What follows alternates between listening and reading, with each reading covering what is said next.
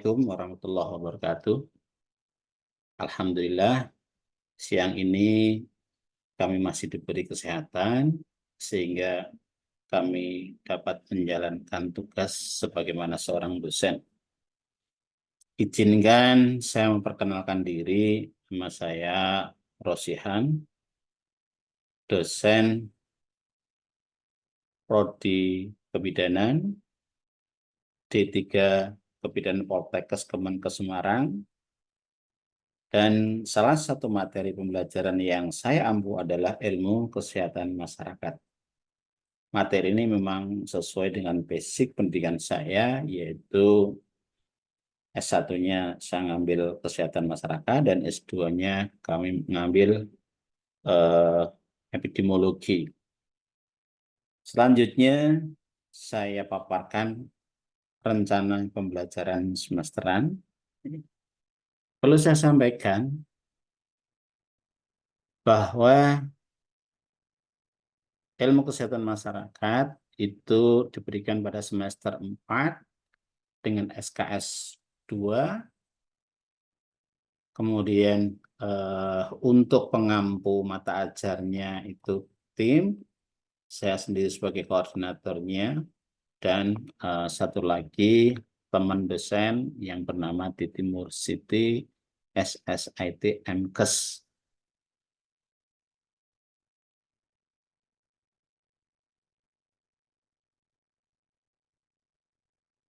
Capaian yang akan dicapai adalah beberapa aspek dari sikap, yaitu bertakwa kepada Tuhan Yang Maha Esa dan mampu menunjukkan sikap religius. Yang kedua, berkontribusi dalam meningkatkan mutu kehidupan masyarakat, berbangsa, bernegara, dan kemajuan peradaban berdasarkan Pancasila. Dan yang ketiga atau C adalah taat hukum dan disiplin dalam kehidupan bermasyarakat dan bernegara, serta dalam kehidupan berprofesi. Aspek keterampilan umum yaitu mampu menyusun laporan hasil dan proses kerja secara akurat dan sahih, kemudian mengkomunikasikannya secara efektif pada pihak lain yang membutuhkan, kemudian mampu bekerja sama, berkomunikasi teknis, dan prosedural dalam pekerjaannya. Kemudian dilihat dari aspek pengetahuan, ini mahasiswa tentunya menguasai konsep umum ilmu kesehatan masyarakat, menguasai metode, teknik, dan pengetahuan prosedural dalam pelaksanaan kegiatan kesehatan masyarakat. Lalu yang C menguasai pengetahuan tentang bagaimana melakukan identifikasi permasalahan kesehatan di masyarakat, terutama pada masalah maternal yang berdampak pada permasalahan kesehatan lebih luas. D menguasai konsep umum sosial budaya, agama, dan kepercayaan. E menguasai konsep umum kesehatan masyarakat pada substansi promosi kesehatan perempuan, ibu, dan anak. F mengetahui pengetahuan faktual tentang jenis, masa inkubasi, dampak penyakit umum, dan infeksi pada kehamilan dan persalinan. Yang G menguasai pengetahuan faktual tentang etika, hukum, perundang-undangan dalam asuhan kebidanan. H menguasai konsep umum, prinsip, dan teknik komunikasi efektif. Dan E menguasai konsep, prinsip, dan teknik komunikasi terapeutik. Aspek keterampilan khususnya adalah mampu mencatat dan mengidentifikasi masalah kelompok dengan risiko tinggi, sehingga mampu memberikan intervensi dengan tepat. B mampu berkomunikasi teknik dan prosedural secara verbal dan nonverbal dengan perempuan, keluarganya, dan masyarakat serta teman sejawat untuk meningkatkan kesehatan masyarakat maternal. C mampu melaksanakan promosi kesehatan reproduksi yang sudah dirancang dari institusi. Kemudian capaian pembelajaran mata kuliah. Setelah perkuliahan selesai, mahasiswa mampu memberikan pelayanan kesehatan di masyarakat di tingkat layanan primer. Setelah menyelesaikan pokok bahasa ini, mahasiswa diharapkan mampu memahami A. Konsep dasar kesehatan masyarakat, mulai dari perkembangan kesehatan masyarakat, ruang lingkup kesehatan masyarakat, faktor-faktor yang mengatur derajat kesehatan masyarakat, dan sasaran kesehatan masyarakat. Yang B, konsep dasar primary health care sampai penerapannya pada tingkat desa. Yang C, mampu memahami konsep ekologi manusia yang sangat penting di dalam mempengaruhi kesehatan masyarakat. Yang D, konsep epidemiologi yang terkait dengan masalah kesehatan maternal di masyarakat. E, konsep statistik kesehatan dasar yang terkait dengan praktek kebidanan. Yang F, konsep pelayanan kesehatan ibu dan anak di masyarakat. G, konsep motivasi, perilaku sosial, dan cultural awareness. H, program kesehatan yang terkait dalam meningkatkan status pelayanan KIA.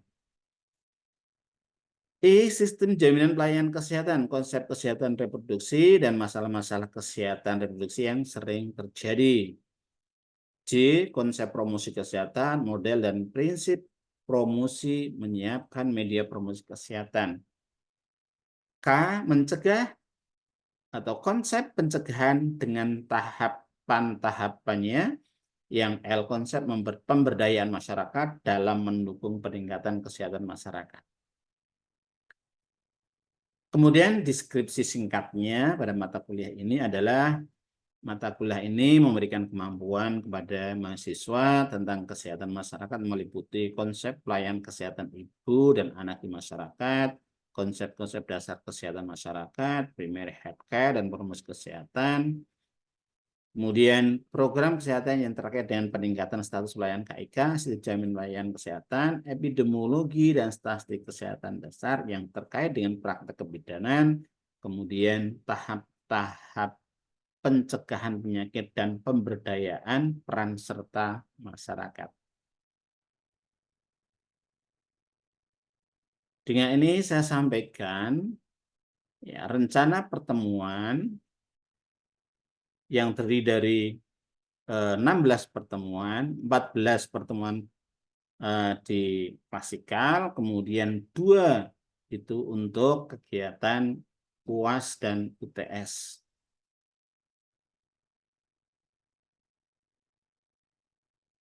Lalu langsung aja materi yang saya ampu dalam hal ini pada pertemuan yang keempat, yaitu tentang epidemiologi. Untuk itu bisa disaksikan di dalam video yang sudah kami siapkan. Assalamualaikum warahmatullahi wabarakatuh. Waalaikumsalam warahmatullahi wabarakatuh. Alhamdulillah pada siang hari ini kita masih diberi waktu untuk bisa bertemu di dalam kegiatan pembelajaran kesehatan masyarakat. Materi yang akan saya berikan sesuai dengan jadwal yaitu tentang epidemiologi kesehatan. Semua mahasiswa sehat semua? Oke, kita mulai. Apa itu epidemiologi kesehatan?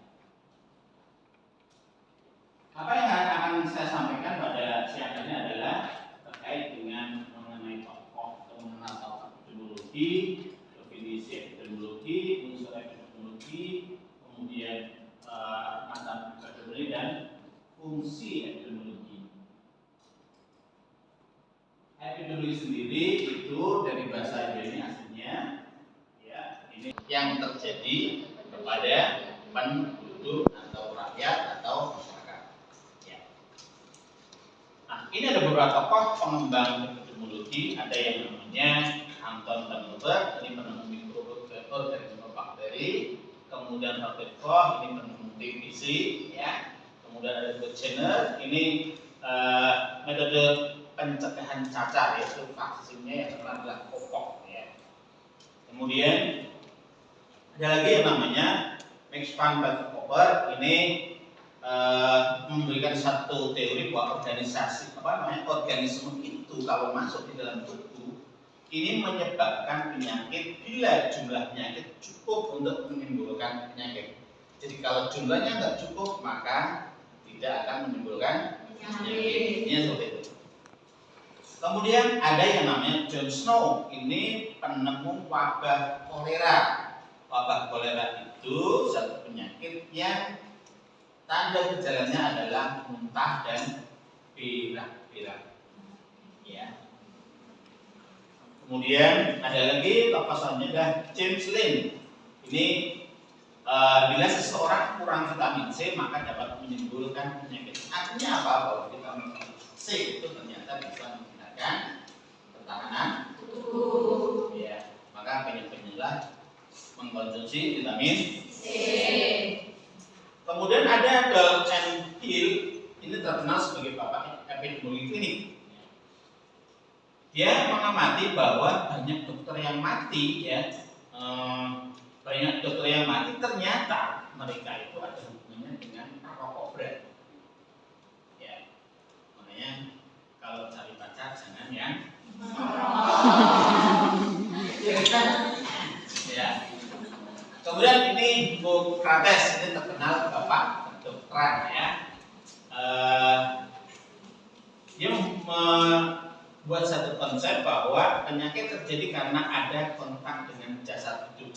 Jasad itu bisa bakteri, bisa virus, bisa apa saja, ya, yang masuk dalam tubuh kita dan itu akan membuat kita jadi sakit. Kemudian penyakit itu berkaitan dengan lingkungan eksternal maupun internal. Artinya bisa dipengaruhi oleh diri kita sendiri, bisa keluarga, bisa lingkungan sekitar. Ya. Lalu beberapa jenis epidemiologi. Definisi epidemiologi. Yang pertama dari Hibbs, ya, mendefinisikan bahwa ini adalah suatu gambaran jenis gambaran kejadian penyebaran jenis penyakit pada manusia pada saat tertentu berkaitan dengan kondisi eksternal. Ya, itu dari Hibbs. Kemudian teori dari Greenwood, epidemiologi adalah satu ilmu tentang penyakit dengan segala macam kejadiannya. Ada lagi tokoh Houghton Frost, ya. Houghton Frost itu mendefinisikan bahwa pengetahuan tentang berbagai fenomena penyakit infeksi serta riwayat alamiah penyakit menular itu dari W. Houghton Frost tentang epidemiologi. Kemudian lagi Omron, epidemiologi adalah studi mengenai kondisi kesehatan, terjadinya penyakit dan distribusi penyakit dan keluhan pada penduduk, begitu juga determinannya dan akibat-akibat yang terjadi pada kelompok penduduk. Jadi ada tiga sebenarnya, yaitu terjadinya penyakit itu berarti besarnya masalah penyakit, kemudian distribusi penyakit itu berarti penyebaran penyakit, dan yang ketiga adalah determinan, itu adalah faktor apa saja sih yang bisa mempengaruhi terjadinya penyakit atau masalah. Kemudian Lilienfeld, ya, ini mendefinisikan bahwa epidemiologi adalah suatu metode pemikiran tentang penyakit yang berkaitan dengan keadaan biologis dan diperoleh dari pengamatan satu tingkat kesehatan masyarakat. Ini dari Lilienfeld, ya. Kemudian ada lagi McMahon Park, ya, bahwa epidemiologi adalah sebagai cabang ilmu yang mempelajari tentang penyebaran penyakit, faktor yang menentukan terjadinya penyakit. Jadi ada penyebaran penyakit dan ada faktor determinan. Jadi faktor determinan itu faktor yang mempengaruhi terjadinya penyakit atau masalah kesehatan. Lalu ada Andreas Album, ya, Stefan Moral. Dia mendefinisikan bahwa itu adalah ilmu pengetahuan mencari faktor terjadinya penyakit populasi manusia. Jadi ini pada fokus pada determinannya kalau dari Andreas Album ini. Nah, ada Elizabeth Barrett. Dia mendefinisikan bahwa epidemiology is study of the distribution and causes of disease, ya, bahwa epidemiologi adalah studi tentang distribusi penyebaran penyakit dan penyebab exacerbate itu mulai adalah dan menyoroti penyebaran dan penyebaran. Ya. Kemudian ada berikut ini menunjukkan bahwa the study of the distribution and determinant of health even in human population. Ya. Jadi epidemiologi mempelajari tentang penyebaran penyakit, determinan penyakit yang berkaitan dengan kejadian kesehatan pada masyarakat. Ya. Kemudian ini dari WHO, the study of the distribution and determinant of health related stats and even in the population and the application of such study to solve health problem. Nah, WHO itu mendefinisikan bahwa epidemiologi itu mempelajari tentang distribusi determinan yang berhubungan dengan kejadian kesehatan di masyarakat dan bagaimana cara melakukan pemecahan masalah. Lalu epidemiology is the study of the health of human population, its function. Apa fungsinya? Ya. Yang pertama, to discovery agent, host, and environment factor which affect health. Jadi fungsi dari ini adalah untuk mencari agent itu penyebab penyakit, dan host itu manusia, kemudian environment adalah lingkungan. Ya, ini yang mempunyai dampak terhadap kesehatan. Kemudian yang kedua apa?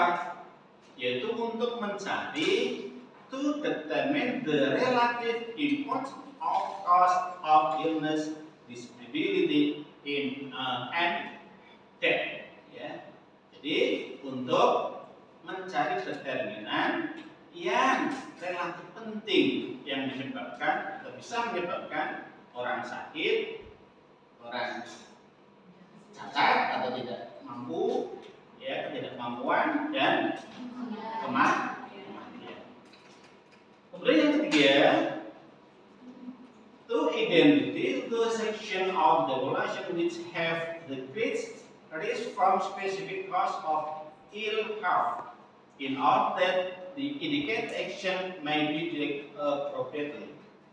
Itu untuk mengidentifikasi kelompok populasi yang mempunyai resiko tinggi, ya, untuk terjadi masalah kesehatan tertentu, sehingga di dalam menangani kita bisa melakukan dengan cara yang tepat. Ya. Jadi kalau tidak diidentifikasikan, artinya nanti boros biaya, kemudian sasaran tidak tepat. Tapi kalau masyarakat sudah diidentifikasi yang punya masalah risiko tinggi, identifikasi, maka kita bisa melakukan tindakan yang tepat. Kan gitu, ya. Yang keempat, to evaluation the effectiveness of health program and service in improving the health of the population, yaitu untuk mengevaluasi tingkat atau keefektifan dari program kesehatan dan pelayanan dalam meningkatkan apa? Kesehatan pada masyarakat. Itu. Jadi ada 4 fungsi di sana. Kemudian apa sih epidemiologi ini apa namanya unggulnya? Ternyata ada seorang namanya Sally Blakely, itu dalam kuliah epidemiologinya menyatakan bahwa the mother science of public health is induknya ilmu kesehatan masyarakat itu sebenarnya pada epidemiologi. Ya. Nah, dari definisi yang tadi disampaikan, yang saya sampaikan, itu ada 3 unsur di dalamnya, yaitu dalam epidemiologi ada distribusi, ada frekuensi, ada determinan. Jadi ini intinya, ya. Jadi epidemiologi belajar tentang distribusi, frekuensi, dan determinan.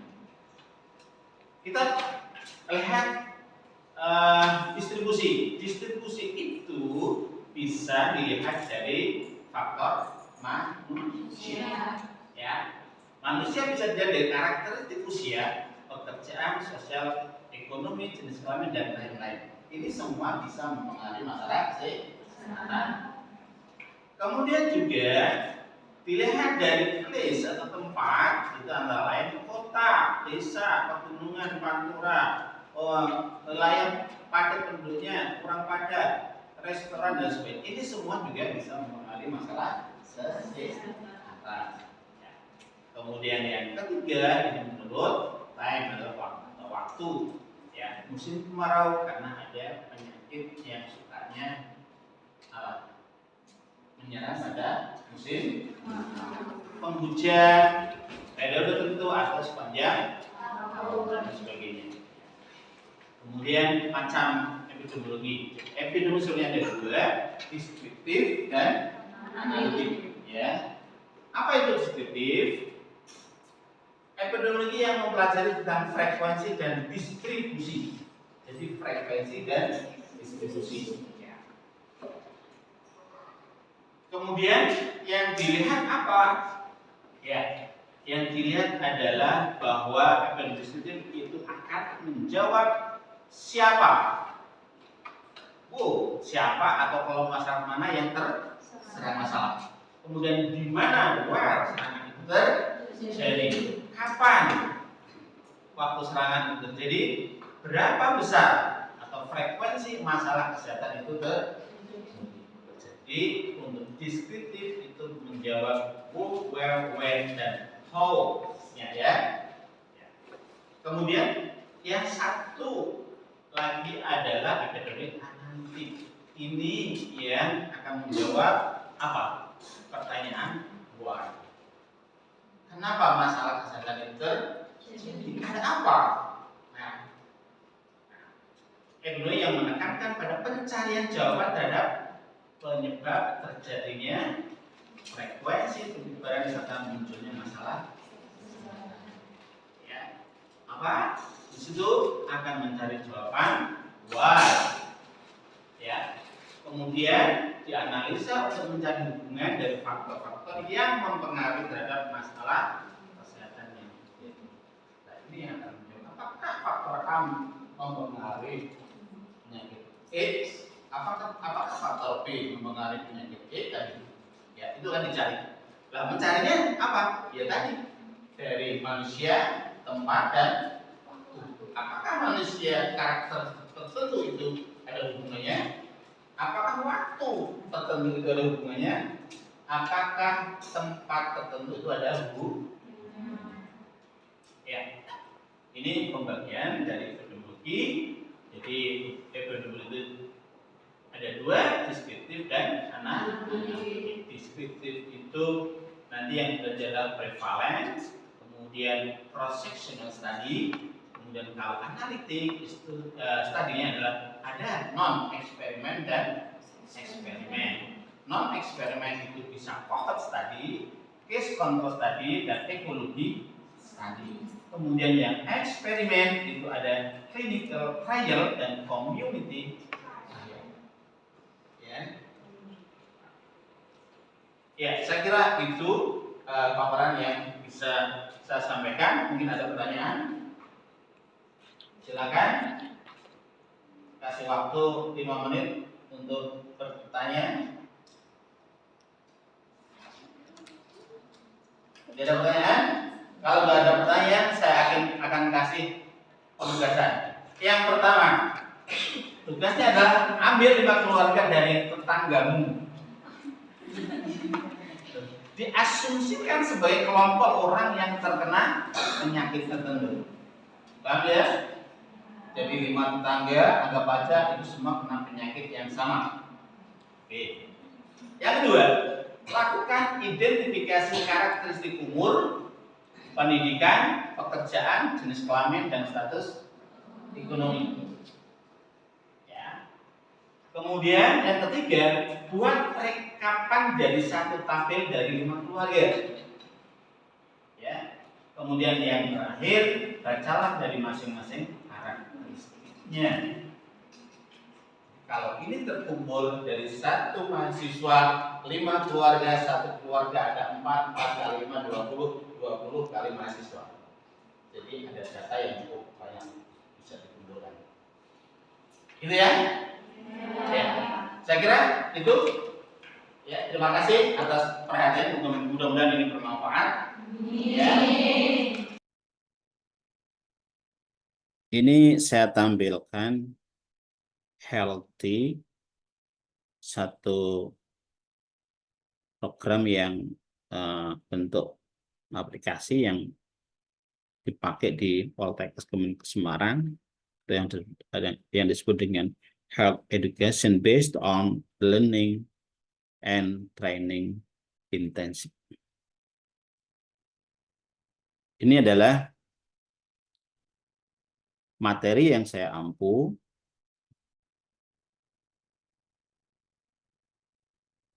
jadi mulai dari topik 1, konsep kesehatan masyarakat, kemudian PHC, dan seterusnya sampai pada TS, yaitu pertemuan ke-8, kemudian sampai pada yang ke-9, yaitu ujian akhir semester. Di dalam evaluasi, mahasiswa menggunakan CBT, soalnya masuk di dalam program Healthy ini, kemudian nanti hasil dari ujian mahasiswa bisa dapat dilihat pada ujian akhir. Jadi ini saya sampaikan hasil dari ujian mahasiswa. Ya. Ini bisa dilihat dari mulai mahasiswa 1, 2, 3 ini nilainya adalah 60,32, 68,2 dan seterusnya. Dan ini bisa diunduh, dimasukkan di dalam Excel, kemudian bisa disimpan. Ya, saya kira itu yang bisa saya sampaikan terkait dengan rencana pembelajaran sampai kepada sistem evaluasi yang ada pada Poltekkes Kemenkes Semarang. Demikian, mohon maaf. Sekian, Assalamualaikum warahmatullahi wabarakatuh.